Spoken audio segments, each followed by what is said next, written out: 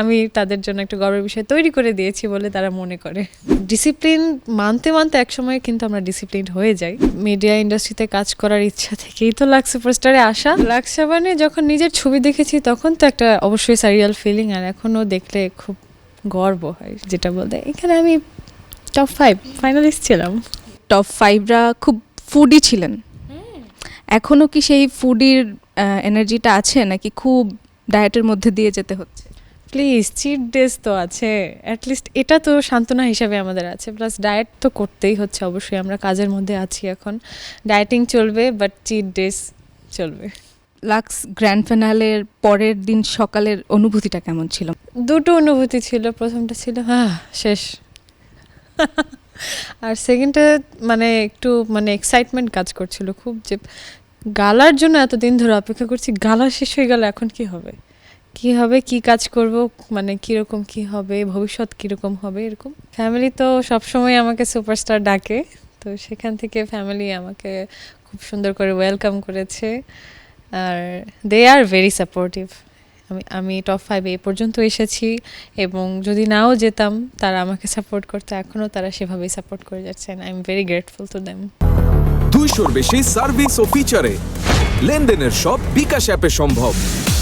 আমার বন্ধুরা অন্যরকম, আমার বন্ধু মহল থেকে সবাই অ্যাকচুয়ালি 18তে লাক্স সুপারস্টার শেষ হওয়ার পর তো আর হয়নি, তো 20 বা 21-এর দিকে অলওয়েজ ওরা বলতো যে লাক্স সুপারস্টার হলে কিন্তু যেতে হবে। তো যেহেতু আগে কিছুটা মডেলিং বা কিছুটা কাজ করা হয়েছে, সেখান থেকে ওরা যখন আমার কাজ দেখতো তখন ওরা বলতো সবসময় যে লাক্স সুপারস্টার হলে তোমাকে যেতে হবে।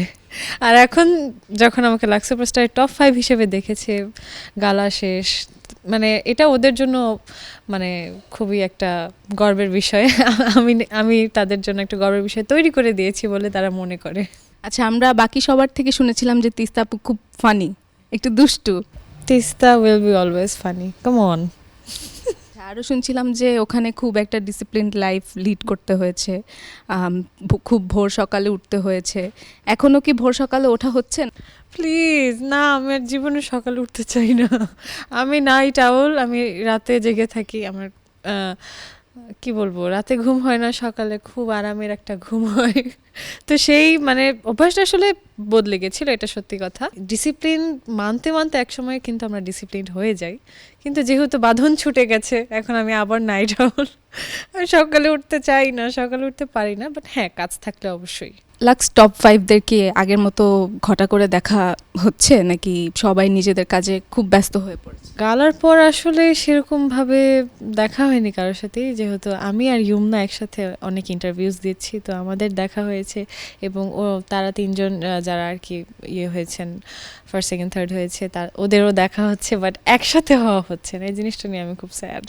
লাক্স সুপারস্টার হওয়ার পরে অনেকেই অ্যাব্রডে মুভ করেছে, এরকম কোনো প্ল্যান কি তিস্তাপুর আছে? না, আপাতত নেই। আমার পড়াশোনার জায়গায় আছে অবশ্যই। আমার আসলে নাচ নিয়ে পড়ার খুব ইচ্ছা, পাশাপাশি মিডিয়া ইন্ডাস্ট্রিতে কাজ করার ইচ্ছা থেকেই তো লাক্স সুপারস্টারে আসা, এবং মিডিয়া ইন্ডাস্ট্রিতে আমি আগাতে চাই বাংলাদেশি, সো এখানেই থাকছি।